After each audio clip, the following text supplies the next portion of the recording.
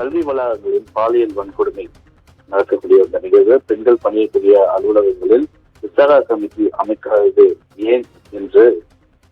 அதிமுக பொதுச் செயலாளர் எடப்பாடி பழனிசாமி கேள்வி எழுப்பியிருக்கிறார். இது தொடர்பாக அவர் வெளியிட்டிருக்கக்கூடிய அறிக்கையில் திமுகவினுடைய இந்த அவல ஆட்சிக்கு அர்ப்பணமே சாட்சி என்பதுதான் தற்போதைய ஆட்சி நிலை இருக்கிறது என்று குறிப்பிட்டிருக்கக்கூடிய எடப்பாடி பழனிசாமி, பெண்கள் மரியாதையுடனும் கௌரவத்துடனும் பாதுகாப்புடனும் வாழ தகுதியற்ற ஒரு மாநிலமாக தமிழ்நாடு மாறிவிட்டதற்கு மற்றும் ஒரு சம்பவம் தான் சென்னை அரசு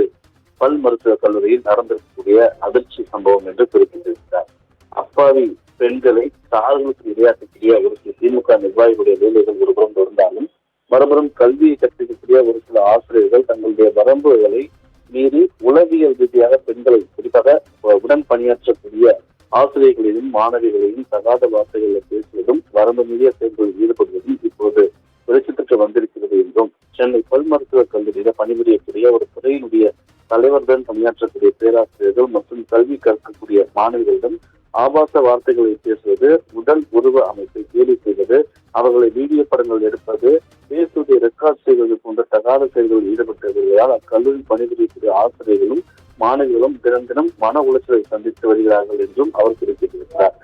துறையினுடைய தலைவர் இவ்வாறு நடந்து கொள்வதை கண்டித்தும் பாதிக்கப்பட்டவர்களுக்கு நியாயம் கிடைக்க வேண்டியும் பாதிக்கப்பட்ட பெண்கள் கடந்த 2024ஆம் ஆண்டு மார்ச் மாதமே கல்லூரி நிர்வாகத்திடம் தகாத செயல்களில் ஈடுபடக்கூடிய பேராசிரியர் பற்றி புகார் அளித்திருக்கிறார்கள் என்றும், பல் மருத்துவக் கல்லூரி நிர்வாகம் எந்தவித நடவடிக்கையும் இதில் எடுக்கவில்லை என்றும், அவரது செயல்களை கண்டிக்கவும் இல்லை என்றும், இதன் காரணமாக பாதிக்கப்பட்ட பேராசிரியை இந்த ஆண்டு ஜனவரி மாதம் தற்கொலை செய்து கொண்டுள்ளதாக நாளிதழ்களில் செய்திகள் வந்திருப்பதையும் அவர் சுட்டிக்காட்டியிருக்கிறார். இந்த பெண்கள் பணிபுரியக்கூடிய இடங்களில் விசாரணை கமிட்டி அமைக்கப்பட வேண்டும் என்ற வழிகாட்டுதல் என்ன ஆனது என்ற கேள்வி எழுப்பக்கூடிய எடப்பாடி பழனிசாமி, மாணவிகள் புகார் கொடுத்தும் ஒரு வருட காலமாக ஏன் நடவடிக்கை எடுக்கவில்லை என்றும், நடவடிக்கை எடுக்காமல் இருப்பதற்கு எந்த அரசியல் தலைவருடைய தலையீடு காரணமாக இருந்தது என்றும் அவர் கேள்வி எழுப்பியிருக்கிறார். எனவே விசாரணை கமிட்டி குறித்து முதலமைச்சர் என்ன பதில் சொல்ல போகிறார் என்றும், இந்த நிகழ்வு இந்த அரசினுடைய கையாளவசனத்தை வெட்ட விஷயமாக காட்டுகிறது என்றும் அவர் குறிப்பிட்டிருக்கிறார்.